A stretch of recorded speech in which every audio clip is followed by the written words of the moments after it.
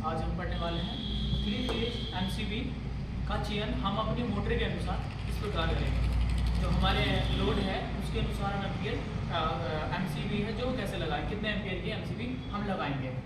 तो इसमें हमको क्या क्या पता होना चाहिए, इसमें हमें लोड का पता होना चाहिए। जो हमारा लोड है वो हमारा लोड एचपी में मिलेगा हमको, क्योंकि जो मोटर की रेटिंग होती है वो एचपी में होती है। और उस पर हम ब्रिटिश भी ले सकते हैं। ब्रिटिश में 740 वाट होते हैं, इसको कन्वर्ट करने के लिए वाट में। और हम मैट्रिक भी लेते हैं, उसमें 735.5 होता है। तो इसमें प्रदाय सप्लाई जो वोल्टेज होती है वो मोस्टली हम 3 फेज में 440 आती है, लेकिन हम जो है 440 पूरी ना आती तो हम 415 वोल्टेज औसतन मानते हैं। उसके बाद हमको हमारा पता होना चाहिए कि हमारी मोटर की जो इफिशियंसी है वो कितनी होनी चाहिए, जो कि हर मोटर की नेम प्लेट पर लिखी होती है। तो हमने यहाँ पे माना है 85% हमारी मोटर की इफिशियंसी है। और शक्ति गुणक पावर फैक्टर, जो कि हर जगह पे आप इंडस्ट्री में जाओगे वहाँ भी आपको पावर फैक्टर मिलेगा कि कितना पावर फैक्टर है। ये हमारा एक सबसे अच्छा पावर फैक्टर होता है 0.9, उससे थोड़ा अच्छा, उससे थोड़ा खराब, और फिर 0.8 उससे थोड़ा खराब। और अगर इससे नीचे है तो आपका पावर फैक्टर बहुत ही खराब है। पावर फैक्टर क्या होता है कि उसका मैं अलग से वीडियो बना दूंगा, उसमें आपको पता लग जाएगा कि पावर फैक्टर होता क्या है। फेज कितना है कि अपने पास फेज कितने हैं आपको पता है। हम 3 फेज ज्ञात कर रहे हैं तो 3 फेज को √3 से दर्शाएंगे। और √3 का मान क्या होता है, आप जब निकालोगे इसको 1.73, जब आप इसको सरल करोगे तो ये आएगा 1.73।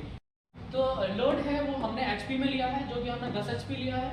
और यहाँ पे 415 है जो हमारी लाइन वोल्टेज है, और जो हमारी इफिशियंसी है 85% है, और जिसको हम नीटा से दर्शाते हैं ये सिंबल है। और 0.8 हमने पावर फैक्टर लिया जिसको हम कोस 5 से दर्शाते हैं।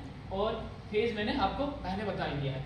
तो इसका जो फॉर्मूला होता है वो ये होता है, जो अपना एचपी है पहले, और ब्रिटिश जो अपना आपने लिया है ब्रिटिश एचपी वहाँ पे लिख दिया है। तो इसका कितना होता है, ब्रिटिश एचपी में वाट कितना होता है 740 होते हैं, और अपन ने एचपी कितना लिया है 10। तो 10 का जब हम इस 10 एचपी का हम जो वाट बनाएंगे ब्रिटिश में, तो इसका 740 से क्या होगा, मल्टीप्लाई होगा, गुना होगा।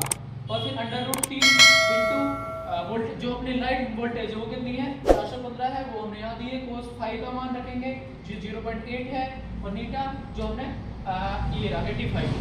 अब इसको हम करते चलेंगे के अनुसार, फॉर्मूले के अनुसार वैल्यू रख दी है, और हमने कैलकुलेशन की है। तो हमें क्या मिला है, ये 7460 तो क्या मिला है हमारा वाट है। और ये हमारे जो एक वैल्यू जो कि हमने इससे निकाली है।